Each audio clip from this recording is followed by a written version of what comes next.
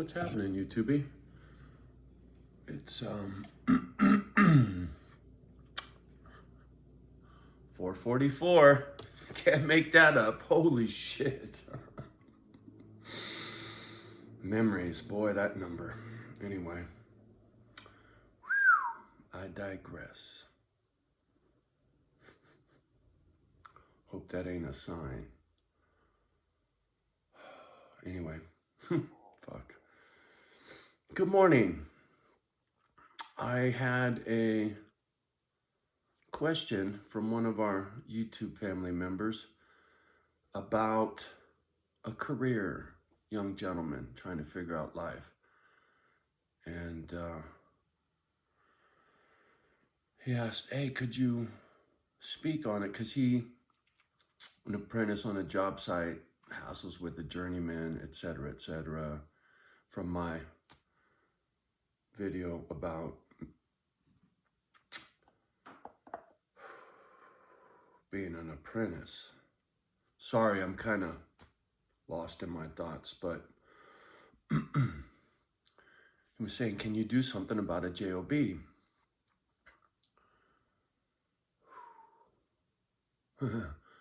Story time. When I was a little kid, Mom used to tell me, when you grow up, be a garbage man. They make good money and they get off work early. All of which is true, or at least it used to be. And believe it or not, at one time I put in an application with BFI, which it was the local garbage company at the time. And I didn't get the job, and I'll explain why. I also had a friend who was a garbage collector in Frisco for Sunset Scavengers. Turns out to get a job as a garbage collector back in the day, you had to be family, right? Or you had to know somebody on the inside that was going to put in a good word for you, because otherwise you weren't going to get hired. They were really, it was almost like the mob, right? They were real tight-knit, the garbage companies. In fact, my buddy that worked at Sunset Scavenger, Mark Bione, the only way he got that fucking job was because his pops was in there. And it was a good living, man, you know. And they used to talk about all the cool shit they would find that people would throw away, right? Anyway. Enough of my nonsense. Well, actually, no. I got one more for you. As a kid, going through the foster homes, and after what I went through with that fucking social worker telling me Mom was dead when she wasn't dead, I told myself, I want to be a social worker, right? I want to help these kids that get jammed by the system, because the people that are doing the job that are supposed to take care of these kids aren't doing a good job. I would be the best social worker there ever was because I was a foster kid, right? I seen it from the other side. And that was my dream coming up. I was going to be a social worker. I knew it. I was sure of it.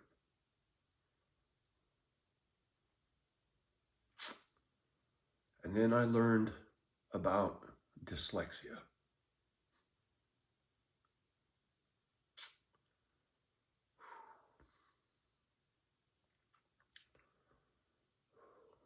Sorry, this a little rough.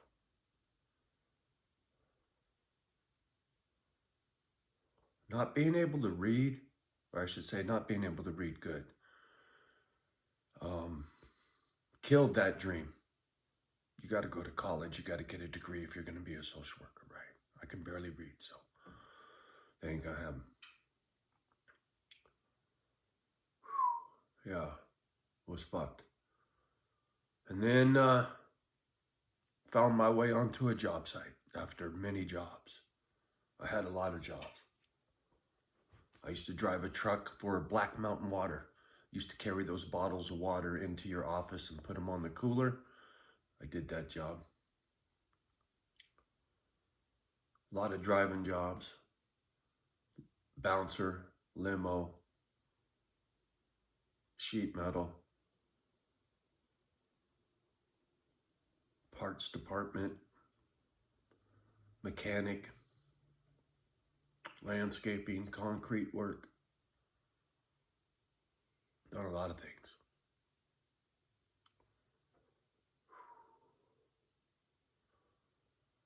But for you, follow your heart. Whatever makes you smile, whatever your passion is, like for me, it was to be a social worker, but I couldn't because of my reading. But for you, there is no excuse. Unless there's something physical preventing you from your dream, there's no excuse, right? Now, if I had proper help, right? A normal life, a normal family structure, and somebody to help get me past my dyslexia, and maybe I could have managed to get to be a social worker one day. I don't know. I doubt it. Paperwork and reading and shit to this very day absolutely angers me.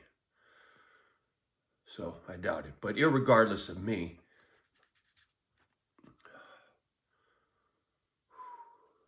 you got to find your passion.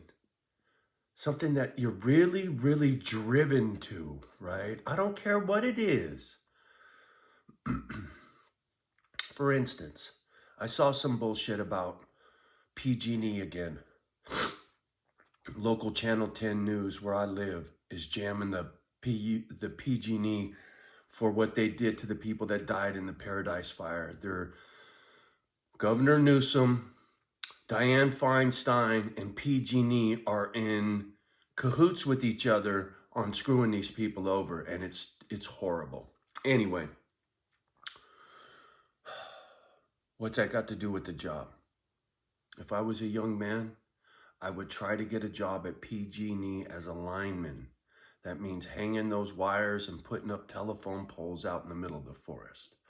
That'd be a cool fucking job. Big old truck, drive into the boonies, dig a hole in the ground, put up a pole, put up wires and shit out in the middle of nowhere, man. That would be a cool fucking job because you're out in the wilderness and you're working with your hands. It's got nothing to do with fucking reading. It'd be a good job for me.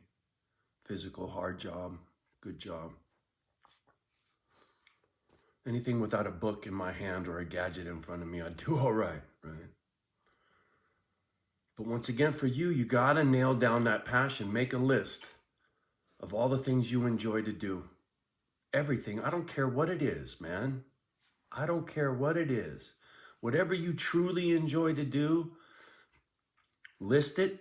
Number 1, number 2, number 3, number 4. Number 1, that thing that you're most interested in, animals, dogs. Oh, fuck, what could I do? What could I do, Johnny? I love dogs like you. I love dogs. What could I do? That's easy. Go be a vet. Go to college and be a veterinarian. Go volunteer at the dog shelter. I don't care. Do it because you have passion. Because you love it. It doesn't matter the money. Whether you're a volunteer or you're the vet himself, it doesn't matter. Do what makes you happy. See, I didn't do that. I had a miserable career and it ruined my body. That's a fact, right? As a sheet metal worker, you have to solder. And if you don't know what soldering is, look up soldering gutter, roof gutter. You know, the shit the water goes in that falls off of your roof when it rains. Those gutters are put together, if somebody knows what they're doing, with solder, right? It's like liquid metal lead, and it glues everything together, right? It's like, kind of like, I don't want to say welding, it's more like gluing. Anyway, but in order to solder gutter, you have to use muriatic acid to etch the metal before the solder will stick.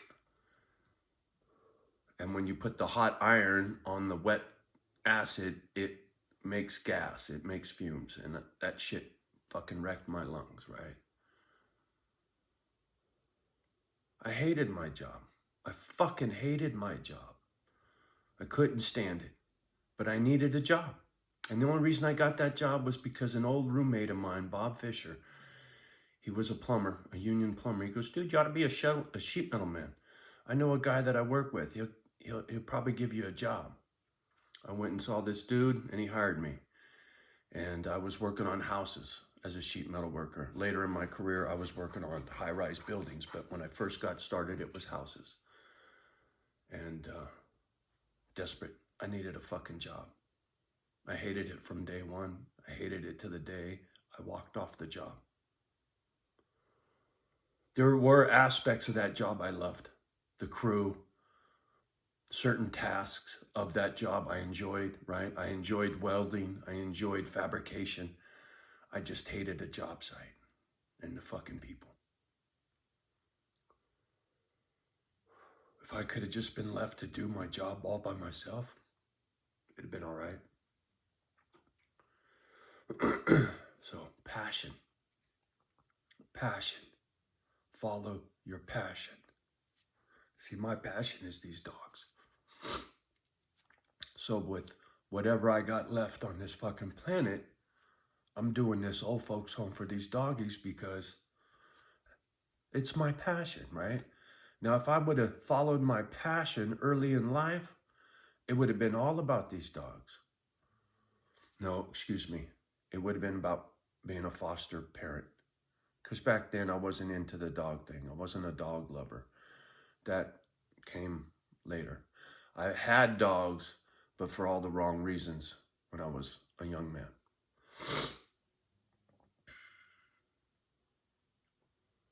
Sorry, I'm kind of all over the place. Still first cup of coffee. Had a hard time getting out of bed this morning. Slept like dog shit. Anyway, my 2 cents on a career. Get your passion, make a list, and on that list, each one of those items, list every job that you could do for that item, right? Like I said, if you love dogs, you could work for a vet, you could work for the SPCA, you could volunteer, all these different things for a dog, right? Sewing, right? Whatever. I don't give a shit what your passion is. There's probably a job for it. And if there isn't, go to your next passion, right? Doesn't matter. Gardening. There's a ton of things. Just don't be stuck in a job you hate. Trust me. You'll pay the price of a miserable life, right? Because if you're at a job you fucking hate, when you come home to mama and the kids, they're gonna pay the price.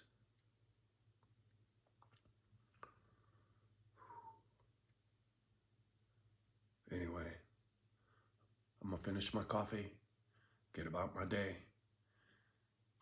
Good luck with your career. Good luck with life. Shit's a little bumpy, to say the least. Be your brother's keeper. Love the ones that love you back. Do your best to love the rest. Don't let the kids hear my caca. We'll talk soon. Peace.